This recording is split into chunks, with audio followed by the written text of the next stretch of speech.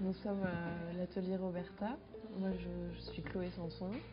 Moi, Céline Aubergnat et Alice Marin n'est pas là, qui s'occupe de son nouveau-né.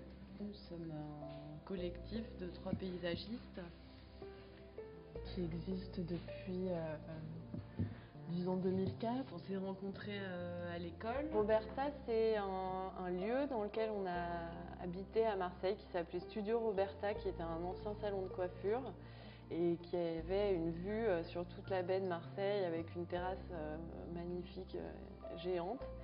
Et donc on a eu envie de conserver le nom de ce lieu et on se l'est approprié petit à petit. C'est devenu Roberta, c'est devenu une personne en fait qui nous représente et qui nous rappelle de bons souvenirs.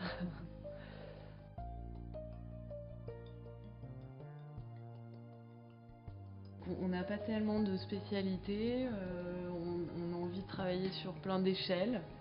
Oui, que ce soit des toutes petites échelles, de petits jardins, jusqu'à des échelles d'aménagement du territoire. On a pu travailler sur des études jusqu'à des tracés de lignes TGV, ou des terrasses parisiennes.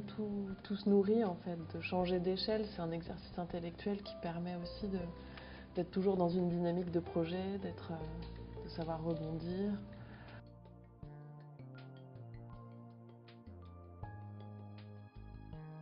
En ce moment, on travaille sur deux études sur le thème de l'agriculture en Île-de-France, les deux en Seine-et-Marne.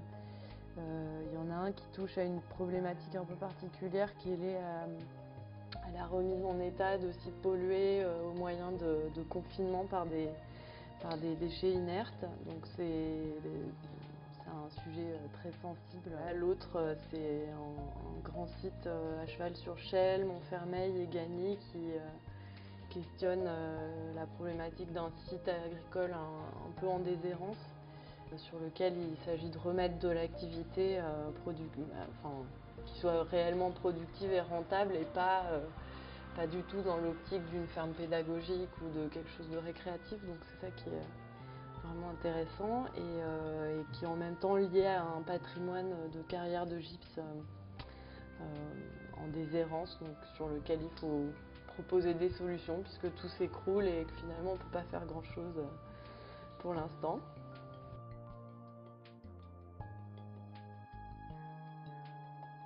3, c'est un bon chiffre. Ça permet de gérer et la production et les décisions, en fait, d'être à la fois quand il y a un concours à rendre, de se mobiliser toutes pour produire, ou d'être aussi 3 chefs de projet qui gèrent les affaires, et d'être aussi 3 dans les décisions quand il s'agit de trancher, d'avancer en fait. C'est toujours intéressant.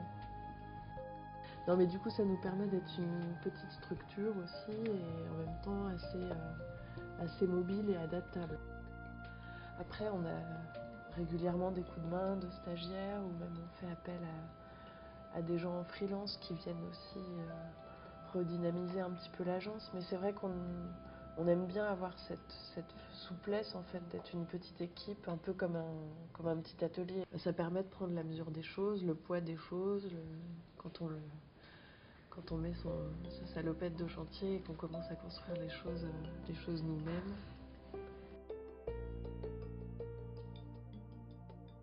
Comme on est en colocation avec des architectes et qu'on a un de nos très bons amis qui est très bon serrurier, on a décidé en faisant les travaux, de s'installer la vue sur la montagne. Donc c'est un peu aussi pour illustrer le fait qu'on aime bien travailler à ce genre d'échelle en ayant des références au territoire. Donc on a fabriqué un panorama en fait dans notre local avec ce garde-corps.